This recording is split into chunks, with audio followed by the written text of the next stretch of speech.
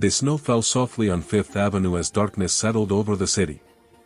Christmas lights twinkled in every shop window, casting warm golden reflections on the freshly fallen snow. The sidewalks were nearly empty now. Most families had already gone home to celebrate Christmas Eve together. Marcus Harrington stood outside a store window, watching his daughter Emily point excitedly at the decorations inside. She wore her favorite blue coat and the red Santa hat her mother had given her last year. In her arms, she clutched the worn teddy bear that went everywhere with her. Marcus had been trying his best. For the past year, since the divorce, he had been both mother and father to Emily. He ran a successful technology company, but lately, work had taken over his life. There were always meetings, always phone calls, always problems that needed solving. Emily spent more time with babysitters than with him. Tonight was supposed to be different. Tonight was Christmas Eve. He had promised Emily they would spend it together, just the two of them. But even now, his phone buzzed constantly in his pocket. Mensajes from the office.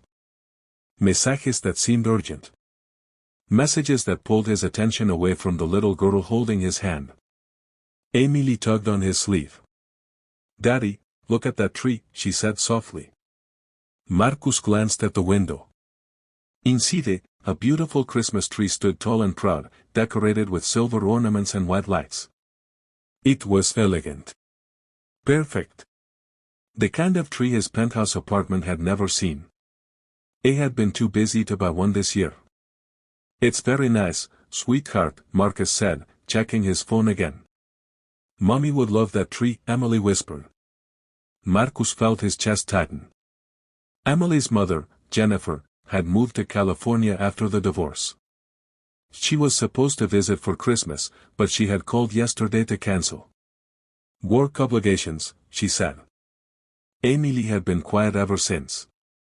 "Yes, she would," Marcus agreed, kneeling down to Emily's level.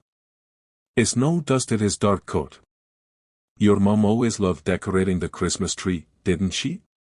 Emily nodded, her blue eyes serious. "Daddy, can we borrow a tree like that one?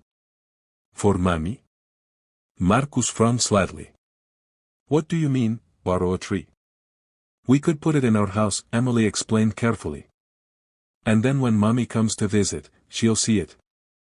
She'll remember how we used to decorate trees together. All three of us." The hope in Emily's voice broke something inside Marcus. She still believed her mother would come. She still believed they could be a family again, somehow. "Emily," Marcus began gently. "Sweetheart, you know Mommy isn't coming for Christmas this year. She has to work." "But if we had a tree," Emily insisted, clutching her teddy bear tighter. "If we had a really pretty tree, maybe she would want to come see it. Maybe she would remember." Marcus felt the weight of his daughter's loneliness settle on his shoulders. He had been so focused on his company, on proving himself, on staying busy so he wouldn't have to feel the failure of his marriage. He had forgotten that Emily was feeling it too. More deeply, perhaps, than he ever could. Around them, snow continued to fall. The street was quiet. In the distance, church bells rang out, calling people to Christmas Eve services. "Please, Daddy," Emily said. "Can we borrow a tree? Used a small one. For Mommy." Marcus looked at his daughter. Really looked at her. He saw the sadness behind her smile. The way she held onto that teddy bear like it was a piece of the family they used to be. The hope that still lived in her heart, even when adults had given up. He thought about all the nights he had come home late. All the dinners he had missed. All the bedtime stories he had been too tired to read. He had been giving Emily everything except the one thing she truly needed. His time. His presence. His love. "You know what?" Marcus said, his voice thick with emotion. "I think borrowing a tree is a wonderful idea." Emily's face lit up. "Really?" "Really," Marcus confirmed. He stood up and took her hand. "But I have a better idea than borrowing one. What if we went right now and picked out our very own tree? And then we could go home and decorate it together." Just you and me. We could make hot chocolate. We could play Christmas music.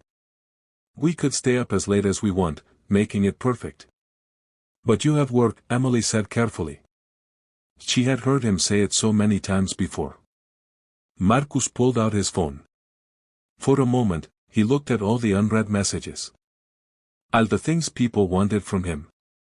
All the problems waiting to be solved.